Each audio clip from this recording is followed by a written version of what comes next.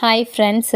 Papaya பப்பாயால எவ்வளோ health benefit இருக்குது, அது ஸ்கின்னுக்கும் ஹெல்த்துக்கும் எவ்வளோ நல்லது அப்படிங்கிறத பற்றி தான் இந்த வீடியோவில் நம்ம பார்க்க போகிறோம். வாங்க வீடியோக்குள்ளே போகலாம்.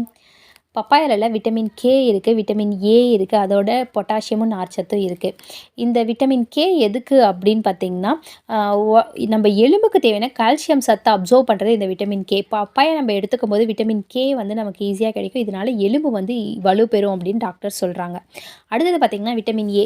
கண் பார்வை நல்லா தெரியறதுக்கு விட்டமின் ஏ வந்து ரொம்ப இம்பார்ட்டண்ட். அது இந்த பப்பாயாவில் இருக்கிறனால பப்பாயா நம்ம எடுத்துக்கும் போது விட்டமின் ஏ சத்து நமக்கு கிடைக்கும். இதனால் கண் பார்வை நல்லா தெரியும். அதே மாதிரி வளர்றது, விழுவுறது வயசானதுக்கு அப்புறம் இது வந்து சீக்கிரமாக நமக்கு விழாது. அது வந்து கொஞ்சம் தடுக்கப்படும் அப்படின்னு டாக்டர்ஸ் வந்து சொல்கிறாங்க. இதில் வந்து நார்ச்சத்து இருக்கனால வெயிட் லாஸ் ட்ரை பண்ணுறவங்க நீங்கள் வந்துட்டு பப்பாயாவை எடுத்துக்கும் போது வெயிட் லாஸ் வந்து நல்லாவே இருக்கும். ஸ்கின் காம்ப்ளெக்ஷனை வந்து ரெடியூஸ் பண்ணும். ஸ்கின் கலரை வந்து இம்ப்ரூவ் பண்ணுறதுக்கு இந்த பப்பாயா வந்து ஹெல்ப் பண்ணுறதா டாக்டர்ஸ் வந்து சொல்கிறாங்க. நீங்கள் டயபெட்டிஸ் பேஷண்ட்டாக இருந்தால் கூட பப்பாயா வந்து ஒரு லிமிட்டடான குவான்டிட்டியில் நீங்கள் எடுத்துக்கலாம்.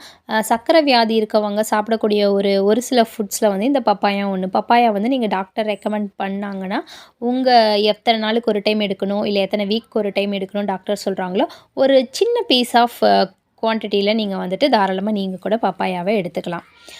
அடுத்தது பார்த்திங்கன்னா, பிசிஓடி இருக்கவங்களும் கண்டிப்பாக பப்பாயா எடுத்துக்கலாம். உங்கள் பிசிஓடிக்கும் வந்துட்டு இது ஒரு பெஸ்ட் ஃப்ரூட்ஸாக தான் இருக்கும். அடுத்தது இர்ரெகுலர் பீரியட்ஸ் இருக்கவங்க கூட தாராளமாக இந்த பப்பாயா சாப்பிட்லாம். இர்ரெகுலர் பீரியட்ஸை க்யூர் பண்ணுறதுக்கும் இந்த பப்பாயா வந்து ஹெல்ப் பண்ணும். மூளை வளர்ச்சிக்கும் இந்த பப்பாயா வந்து ஹெல்ப் பண்ணுறதா வந்துட்டு டாக்டர்ஸ் வந்து சொல்கிறாங்க.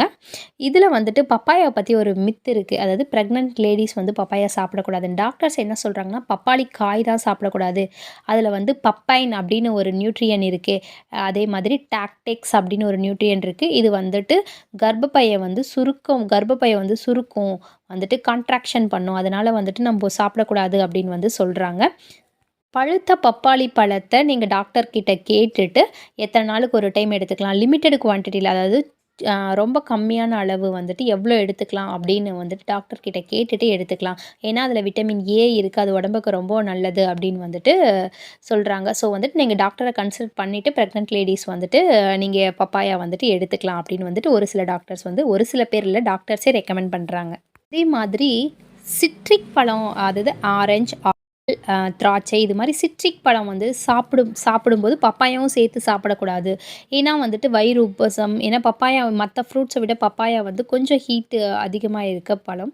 ஸோ வந்துட்டு இதனால் நீங்கள் சிட்ரிக் பழம் சாப்பிடும்போது கூடவே சேர்ந்து பப்பாயாவை எடுத்துக்கக்கூடாது அப்படின்னு வந்துட்டு டாக்டர் சொல்கிறாங்க. ஏன்னா இது வந்து வயிறு உப்பசம், வயிறு செரிமான கோளாறு இது மாதிரி ஏற்படுத்தும். அதே மாதிரி டீ குடித்த உடனே நீங்கள் பப்பாயா எடுத்துக்கிட்டாலும் வந்துட்டு அசிடிட்டி, நெஞ்செரிச்சல் இது மாதிரி ஒரு சில ப்ராப்ளத்தை வந்து கொடுக்கும் அப்படின்னு வந்து டாக்டர்ஸ் வந்து சொல்கிறாங்க. இதெல்லாம் தனித்தனியாக சாப்பிட்லாம். எந்த ஒரு பழமாக இருந்தாலும் நீங்கள் தனித்தனியாக சாப்பிட்லாம். இப்போ நீங்கள் இதை சாப்பிட்டுட்டு கொஞ்சம் நேரம் கழித்து கொஞ்சம் கேப் விட்டதுக்கப்புறம் நீங்கள் தாராளமாக பப்பாயாவை எடுத்துக்கலாம். அதே மாதிரி அளவுக்கு மீறினால் அமிர்தமும் நஞ்சு. எந்த ஒரு ஃபுட்டாக இருந்தாலும் நீங்கள் அளவுக்கு மீறி எடுத்துக்கிட்டால் கண்டிப்பாக அதுக்கு சைட் எஃபெக்ட்ஸை தான் கொடுக்கும்.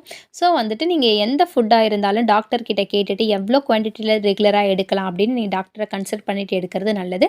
ஒரு லிமிட்டட் குவான்டிட்டியில் நீங்கள் பப்பாயா வந்து எடுத்துக்கலாம். அதாவது எப்படின்னா, ஒரு ரெகுலர் பேஸில் எடுக்கிறீங்க அப்படிங்கும்போது ஒரு குட்டி ஸ்மால் பீசஸ் ஆஃப் 10 பீசஸ் வந்து நீங்கள் ரெகுலராக எடுத்துக்கலாம். இல்லை அப்படிங்கும்போது நீங்கள் எல்லா ஃப்ரூட்ஸ்லேயுமே சத்து இருக்குது. ஆல்டர்னேட்டிவாக நீங்கள் ட்ரை பண்ணலாம். இந்த வீக் இந்த ஃப்ரூட், அடுத்த வீக் அடுத்த ஃப்ரூட்டு, போமோகிரானட், ஆப்பிள், இது மாதிரி மாற்றி எடுக்கும்போது எல்லா ஃப்ரூட்ஸில் இருக்க சத்தும் உங்களுக்கு வந்து ஈஸியாக கிடச்சிரும். Bye friends. இந்த இன்ஃபர்மேஷன் உங்களுக்கு ரொம்ப யூஸ்ஃபுல்லாக இருக்கும்னு நினைக்கிறேன். மறக்காமல் ஆர்எஸ்பி ஹாப்பி ஃபேமிலியை சப்ஸ்கிரைப் பண்ணுங்கள். பாய்.